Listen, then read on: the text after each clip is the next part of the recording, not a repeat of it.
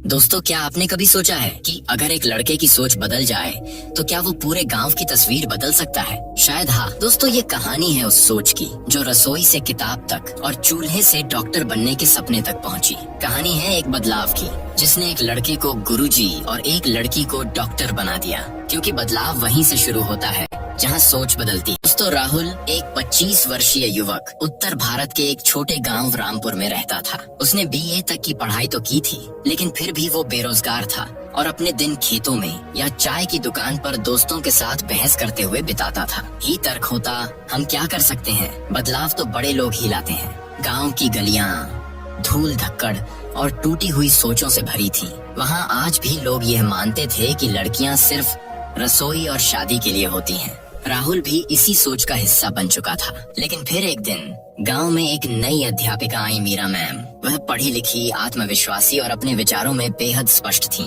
गांव के स्कूल को नया रूप देने के लिए वे नियुक्त की गई थीं। शुरुआत में गांव वालों ने उन्हें हल्के में लिया, पर वह अपने काम में लगी रहीं। राहुल को पहली बार झटका तब लगा जब उसने देखा कि मीरा मैम अकेले स्कूल की दीवारों को रंग रही थीं, टूटे बेंचों की मरम्मत करवा रही थीं और बच्चों को खुद ही किताबें बांट रही थीं। गांव के लड़के तो आ ही रहे थे, लेकिन उन्होंने खास जोर लड़कियों को लाने पर दिया।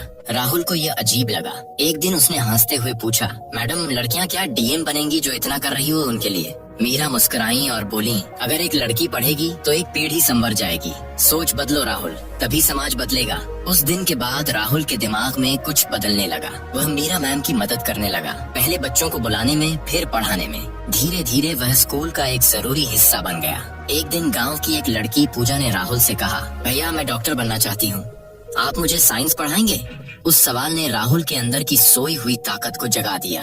वर्षों बाद पूजा एक मेडिकल कॉलेज में दाखिल हुई और राहुल को गांव में गुरुजी कहा जाने लगा। अब जब कोई कहता है बदलाव कैसे आएगा, राहुल मुस्कुराकर जवाब देता है, सोच बदलो, सब बदल जाएगा। जब राहुल ने मीरा मैम के साथ मिलकर लड़कियों को पढ़ाने की शुरुआत की तो गांव के कुछ बड़े बूढ़े नाराज हो गए। चौधरी रामलाल, जो गांव की पंचायत के मुखिया थे, बोले, ये औरत क्या नया ढोंग लेकर आई है? लड़कियां पढ़ेंगी तो घर के काम कौन करेगा? गांव में मीरा मैम और राहुल के खिलाफ बातें होने लगी। कुछ लोगों ने तो स्कूल आना बंद करवा दिया, खासकर अपनी बेटियों को रोक दिया। राहुल के अपने घर में भी बहस शुरू हो गई। उसके पिता बोले, तू कब से औरतों के पीछे पड़ गया है?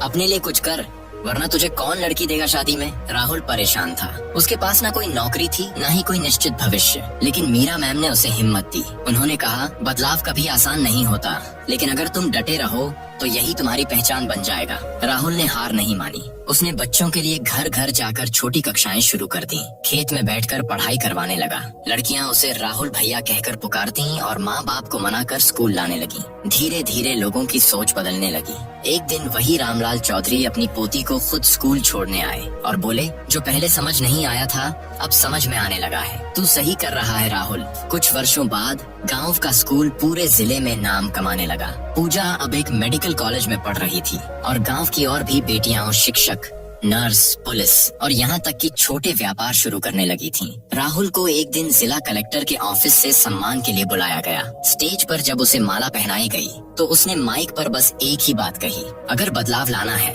तो सबसे पहले सोच बदलो। जब सोच बदलती है तभी समाज बदलता है। अगर तुम भी सोचते हो कि बदलाव मुश्किल है तो याद रखो, हर बड़ी क्रांति एक छोटी सोच से शुरू होती है। राहुल ने सिर्फ सवाल पूछना बंद किया और जवाब बन गया। अब बारी तुम्हारी है, क्या तुम भी सोच बदलने के लिए तैयार हो? अगर इस कहानी ने आपके दिल को छुआ हो तो इसे लाइक करें, शेयर करें और हमारे चैनल को सब्सक्राइब करना ना भूलें, क्योंकि हम हर हफ्ते ऐसी ही सच्ची और प्रेरक कहानियाँ लाते हैं। सोच बदलो, सब बदल जाएगा।